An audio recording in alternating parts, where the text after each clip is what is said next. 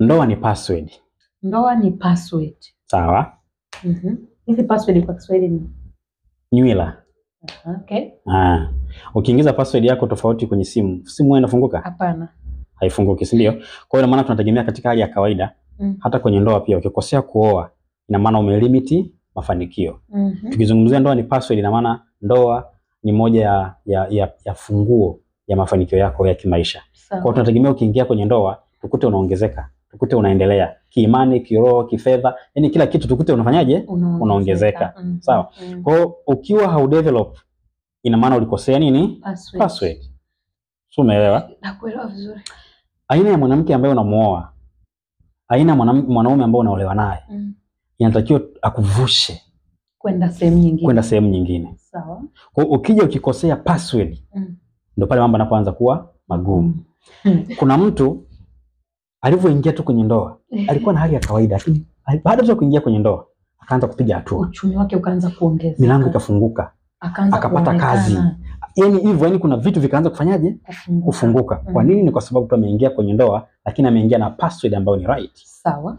Lakini kuna mwingine aliingia kwenye ndoa akiwa na uchumi mzuri kabisa, lakini baada ya hapo kila kitu kikapotea. Maana yake amepoteza, ameweka wrong password kwenye maisha yake. Na labda ile ndoa alipoona kwamba sasa mbona kama hali imekuwa ngumu, alipoacha maisha yalirudi. Kuna wengine unakuta maisha yanabadilika. Alioa mwanamke mwingine unakuta maisha yanafanyaje? Yanabadilika. Sio, mnielewa? Lakini kuna wengine pia tunajifunza, unakuta alioa mwanamke mmoja. Sawa. Na ndoa ikadevelop na wakapiga hatua sana. Sio, mnielewa? Baada ya hapo akasema ngoja niongeze mke wa pili. Wasaidiane majukumu, afu hela yenyewe tushakuwa watu wengi pia. Ninaweza kuamudu wote wawili. Alipoingia tu mke wa pili kwenye familia, kila kitu kikaisha, kikakata. Hao na mimi nimewaona wengi sana. Uchumi ukayumba, maisha yakawa magumu. Password. Aliyekwambia simu moja inakuwa na password mbili na. Umenielewa? Kwa hiyo kwa hali tu ya kawaida, ina maana aliyekuja ni wrong password kwenye maisha yako. Solution inatakiwa aondoke kwenye nini? Kwenye maisha yako. Ubaki na yule ambaye ni right password kwako.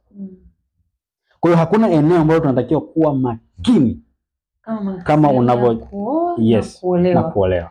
Yaani ukishafikia hatua sehemu tu kuna mwanaume yuko mkubwa kiuchumi, ana hela nyingi, kwa sababu mama alisema niolewe na familia fulani.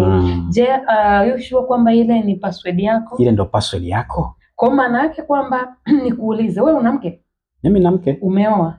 Are you sure kwamba yule mwanamke ni password yako? Yes, naweza nikasema ni right password kwa sababu nimepiga hatua nyingi sana baada ya kuingia kwenye ndoa. Baada ya kuwa na yule. Kuna namna, kuna vision inaonekana. Sawa? Baada ya kuingia kwa mwanamke. Kuna usemi mmoja wanasema kwenye kila mafanikio ya mwanaume kuna mwanamke nyuma yake. Huu usemi ni usemi fulani wa kawaida sana. Yes. Lakini ukiufuatilia una nguvu sana. Kuna watu tumewashuhudia wengi wamefanikiwa baada ya kuoa. Na sio tu wengi, ni wengi sana. Kuna wengine walikuwa ndio vile unakuta mwanaume hata kuvaa juu. Lakini baada ya kuingia kwenye ndoa akawa smart. Nyoka hivi. Sio, umenielewa? Ukiangalia ni treatment ya nani? Ya mwanamke. Lakini pia inawezekana alikuwa na financial poor budgeting. Baada ya mwanamke kuja akamweka kwenye budget nzuri, wakakuwa financial.